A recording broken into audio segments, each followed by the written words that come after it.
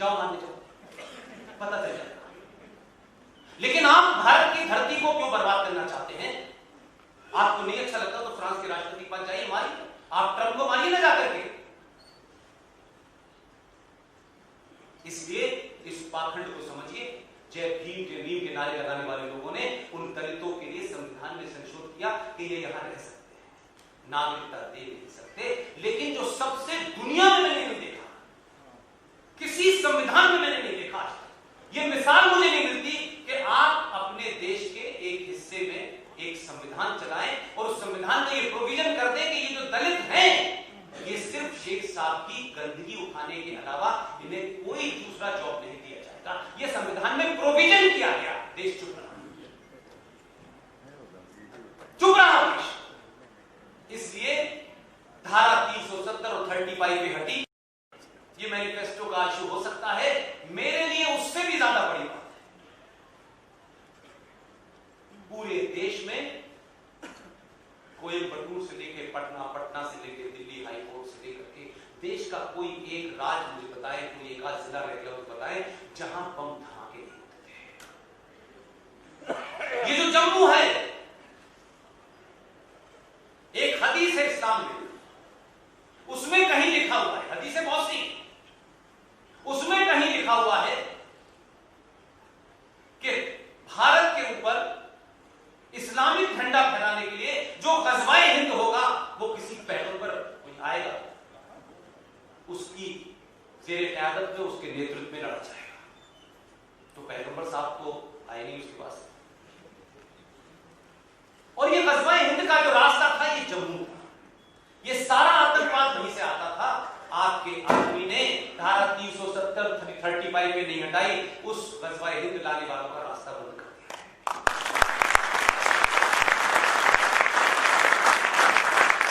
मैं वहां से शुरू करना चाहता था 47 से, इसलिए मैंने इस बात को साथ किया। और मुसलमानों में एक सच्चाई है, झूठ है, अल्लाह जाने क्या है।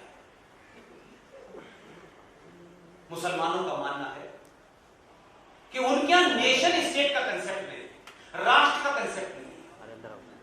इस्लाम ये कहता है हमारे यहां राष्ट्र का कंसेप्ट नहीं है, इसलिए मंगल ग्रह पर रहने वाले हाजी मीर बाकी साहब अगर मंगल ग्रह पर रह रहे हो और उन्हें वहां ठंड लगने लगे तो दिल्ली के शकरपुर के मुसलमान को उनकी चिंता करनी चाहिए। दुनिया में जहां मुसलमान रह रहा है वो पहले उनका भाई है, जो आपके साथ है, और जो मुसलमान नहीं है वो आपका हमवतन भाई है। तो स्टेट का, नेशन स्टेट का कंसेप्ट नहीं है। इसलिए दुनिया में जहां जहां भी मुसलमान रह रहे हैं वो उनका भाई है, उसकी मदद करना है। इसलिए इजराइल के खिलाफ पत्थर चलाने वाला फलस्तीनी हर उनका भाई है। इसलिए बिहार के सीमांचल के मुसलमानों का, कश्मीर में जो बच्चे मुसलमान पत्थर फेंक रहे हैं वो उनका भाई है। ये बात आपके आदमी की समझ में आ गई। उसने पहली बार, अब आप समझेंगे कि शाहीन बाग और ये किसान आंदोलन क्यों हुए, आपको समझ आएगा। आप तो अपने ही देश में अपने आप को हिंदू कहने से शर्माते थे। नारा तो बहुत लगाते हैं, गर्व से कहो हम हिंदू हैं, ये तो विवेकानंद ने भी कहा था। लेकिन हिंदू कहते ही आप ऐसे लगता है जैसे कोई आपने बुरा कहा। आप अपनी पहचान पे जो नस्लें शर्माने लगती हैं उनका इतिहास नहीं लिखा जाता। इतिहास हमेशा जीते हुए का लिखा जाता है। वो जीता कैसे था ये महत्वपूर्ण नहीं होता। आप आदर्शवादी थे होंगे, लेकिन आपका इतिहास नहीं है। इतिहास औरंगजेब का लिखा जा रहा है। लिहाजा पहली बार जब उसको ये लग गया कि देश के लोगों का मिजाज बदल गया है, इनके पूर्वज कौन है, इनकी संस्कृति कौन सी है, जब ये सब समझ में आ गया तो इस्लाम की मुझे वो जो मिल्लत है, जो उम्मा है, जिसे वो उम्मा कहते हैं कि पूरी दुनिया का मुसलमान भाई है, पहली बार इस देश के प्रधानमंत्री ने बांग्लादेश, अफगानिस्तान, पाकिस्तान में रहने वाले हिंदू के बारे में कहा, ये भी हमारा भाई है। आप अपने देश में हिंदू को हिंदू नहीं मान रहे थे, उसने कहा मुसलमानों की उम्मा का पता नहीं है, उसने हिंदुओं की उम्मा खड़ी कर दी। संकट जो लोग हैं, आप मत समझिए कि शाहीन बाग पे कुछ जाहिल बेवकूफ लोग बैठे हैं, ये बिल्कुल गलतफहमी निकाल दीजिए।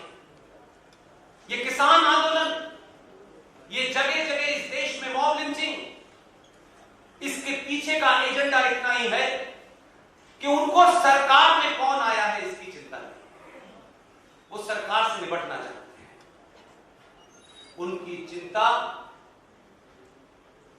2:45 बजे लखनऊ की, उत्तर प्रदेश की राजधानी में, इस हॉल में बिना खाना खाए, न यहां कोई अमिताभ बच्चन है और न यहां योगी जी हैं और न मोदी जी हैं और न अमित शाह है, कोई ऐसा अट्रैक्शन नहीं है। एक बेवकूफ सा आदमी आपके सामने खड़ा है, आप 2:45 बजे तक सुन रहे हैं। उनका डर है कि समाज चेतन हो गया है, इसको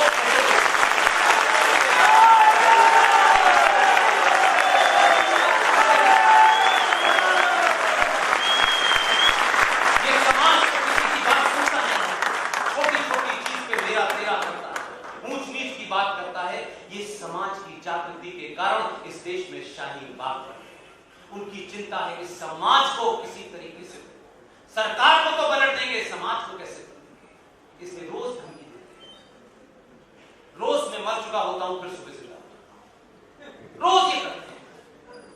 और बार बार मैं कहता हूं, कुरान शरीफ में भी थोड़ा बहुत यकीन हो तो, और आप सुबह शाम बच्चों से अपने आप से कहते हैं कि जब लिखी हुई है तभी आएगी। कुरान मजीद में भी लिखा है, आपके जाने का वक्त, इस नफ्स के बंद होने की टाइमिंग सेकंड आगे पीछे नहीं हो सकते हैं। और अगर ये लिखा है और हम ये यकीन करते हैं तो किससे डरते हो यार?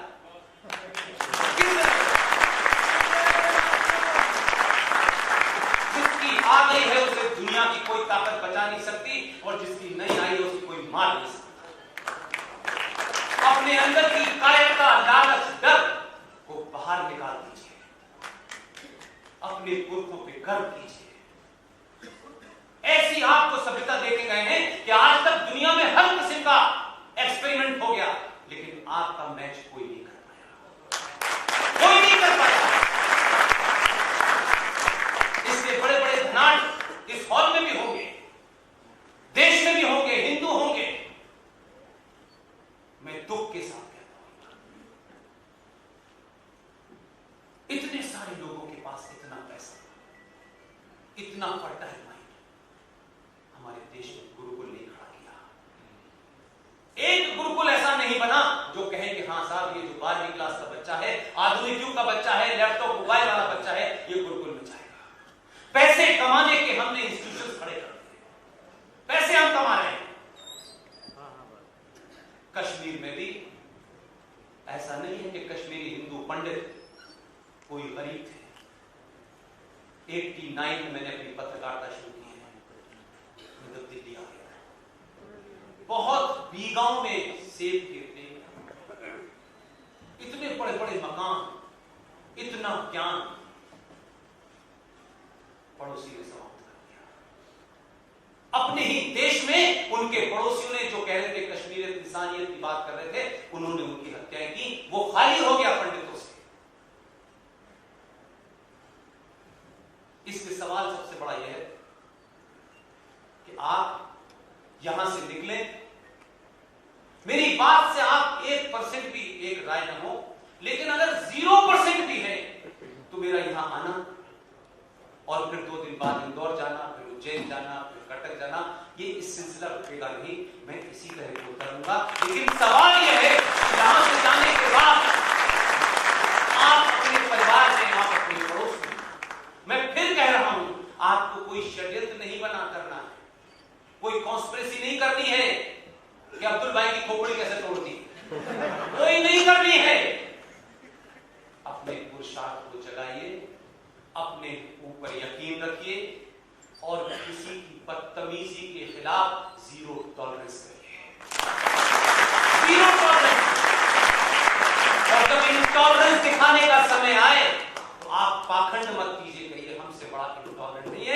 कोई हमारे देवी देवता धर्म संस्कृति का मजाक उड़ाएगा, उसके प्रति हम जरूरत से ज्यादा इंटॉलरेंट होंगे।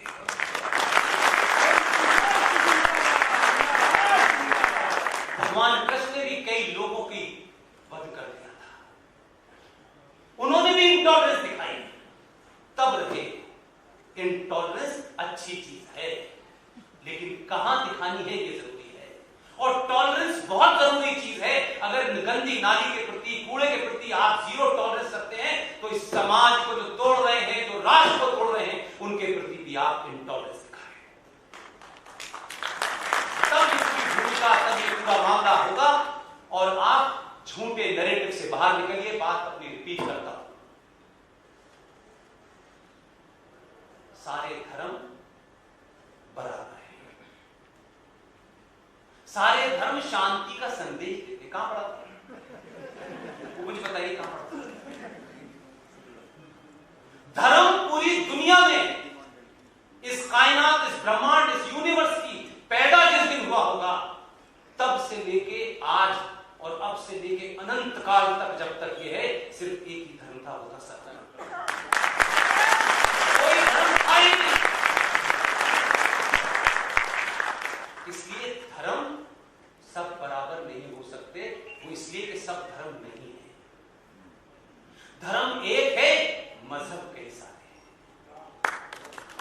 मजहब की कोई किताब होगी, मजहब कभी पैदा हुआ होगा, उसका कोई पैगंबर होगा, वो भी पैदा हुआ होगा, उसने कहा होगा ये करना है, ये नहीं करना है। ना हमारी कोई किताब है, ना हम पैदा हुए हैं, ना हम मरे हैं।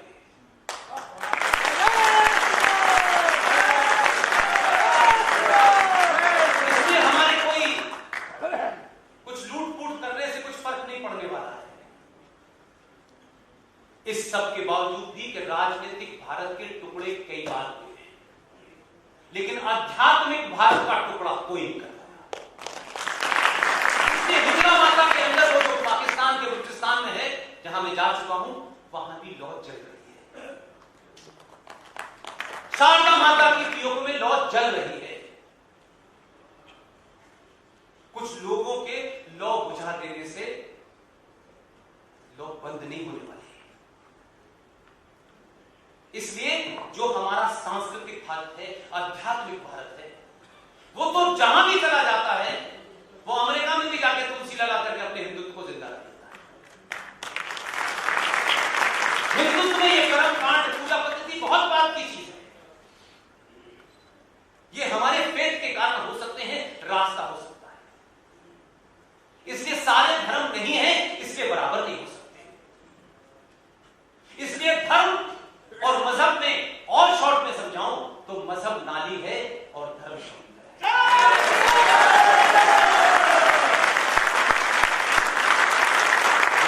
और नाली में पानी रुक जाए तो वो और खतरनाक होता है, उसमें बदबू आती है। आप समुद्र हैं, आप कहां कहां पट गए, छोटे छोटों में पट गए, ऊंच नीच में पट गए। आपने अपना अपना एक गढ़ बना रखा है, ये ठाकुरों का गढ़ है, ये ब्राह्मणों का गढ़ है। मुझे तो दिल्ली में आके पता चला मैं कौन, क्योंकि जहां पैदा हुआ था वहां मुझे सिर्फ हिंदू समझते थे और मुझे भी नहीं पता था मैं कौन।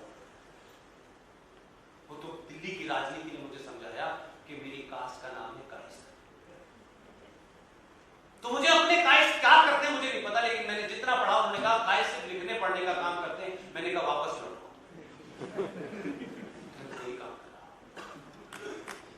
हर आदमी अपनी जाति पे खूब गर्व करे, जाति को घर के अंदर रखे, जाति से संस्कार करे, शादी करे, सब कुछ करे। घर की चौखट से बाहर निकलते ही सिर्फ आप हिंदू हैं और राष्ट्र एक है।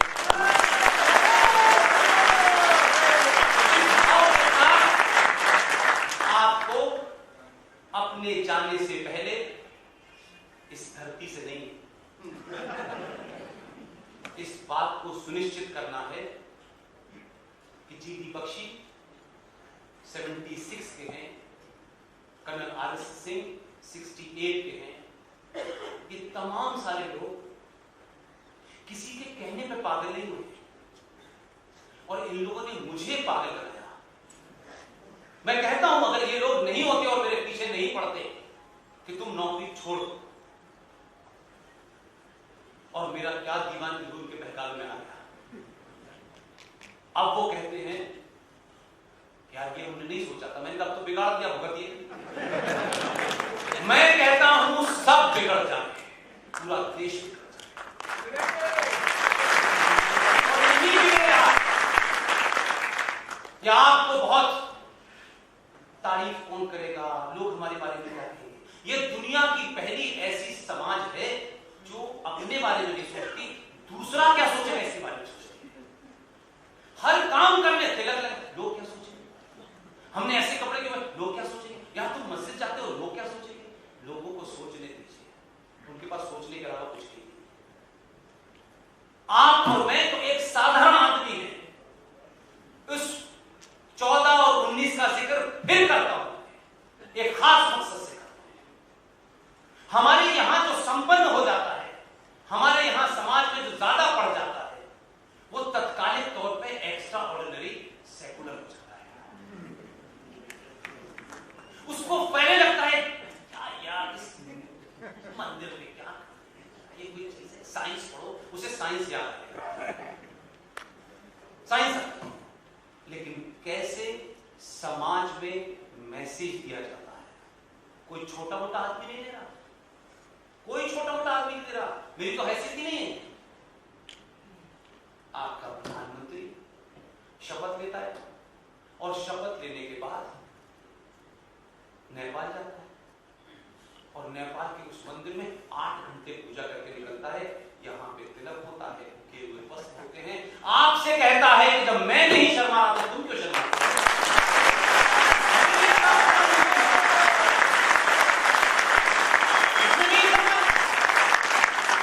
इसी देश का एक प्रधानमंत्री पुर्तगाल गया, इसी देश का एक प्रधानमंत्री, वहां पुर्तगाल में गुजराती बहुत है। वहां जाकर के एक मंदिर उन लोगों ने बनाया, उन्होंने कहा इसका इनॉग्रेशन कर दीजिए। उन्होंने कहा no, I am prime minister of a secular country, I can't do this. नहीं किया उन्होंने। बदलाव ऐसे होता है। वहां से चले थे आपका प्रधानमंत्री, आप क्या हैं, हम क्या हैं भाई। 5 लोगों का परिवार चलाते, बस 5 लोगों का परिवार, और समाज में इतने ज्यादा इन्वेंट करते हैं। उस आदमी ने तो इस देश के सर्वोच्च पद, दुनिया के सबसे बड़े लोकतंत्र की शपथ लेने के बाद कहा देश चलेगा संविधान से, लेकिन मेरी पहचान हिंदू है, उसे नहीं बदलूंगा। इसने मंदिर भी गया, पूजा भी की, और केदारनाथ में कैसे बैठते हैं आप समझने नहीं चाहते। आप ये कहते हैं हाँ हाँ ठीक है ठीक, अरे आप कब बैठेंगे, आप मंदिर कब जाएंगे। ये जो रिजवी साहब हैं, इन्हें रिजवी साहब मत समझिए। मुझे तो कभी कभी शक होता है इनकी हरकतों से शक। इस्लाम में ये कहा गया है जिसका ईमान 100% यानी कंप्लीट ईमान, यानी मुसल्लत ईमान जिसका होता है वही मुसलमान होता है। कैप्टन सिकंदर रिजवी, इन लोगों ने पीछे दीवार से टेके हुए साहब खड़े थे, मुझे सुनते सुनते थक गए होंगे। उनका नाम रंजित सिंह है। मैं इसलिए कह रहा हूं ये मेरे दोस्त हो सकते हैं, इनसे मेरी बातचीत हो सकती है, लेकिन इन लोगों ने ऐसा गुल खिलाया है कि दिल्ली में लोग पता पूछ रहे हैं इनका मुझसे। इन लोगों ने अभी कुछ दिन पहले, महीना 1.5 महीना पहले, एक संगठन बनाया है हिंदू राष्ट्र शक्ति, और कैप्टन सिकंदर रिजवी उसके सर्वे सरवा है। कहते हैं कि कैप्टन सिकंदर रिजवी को हमने 20 साल पहले जो अयोध्या के मंत्री उनके साथ कार्य सेवा करते देखा था, लेकिन हिंदू राष्ट्र की स्थापना रिजवी साहब करेंगे, पुष्पित साहब ये तुम्हारी सोबत में बिगड़ गए। और उसमें इनका नारा है देश दिवाले, देश धर्म दिवाले। अब जब कैप्टन रिजवी ये बताता है दुनिया को कि हिंदू राष्ट्र शक्ति का मैं संस्थापक हूं और मेरा एजेंडा ये है, तो आधे लोग कहते हैं भाई साहब कुछ गड़बड़ हो गई है। तो आप कैसे चीजें बदलते हैं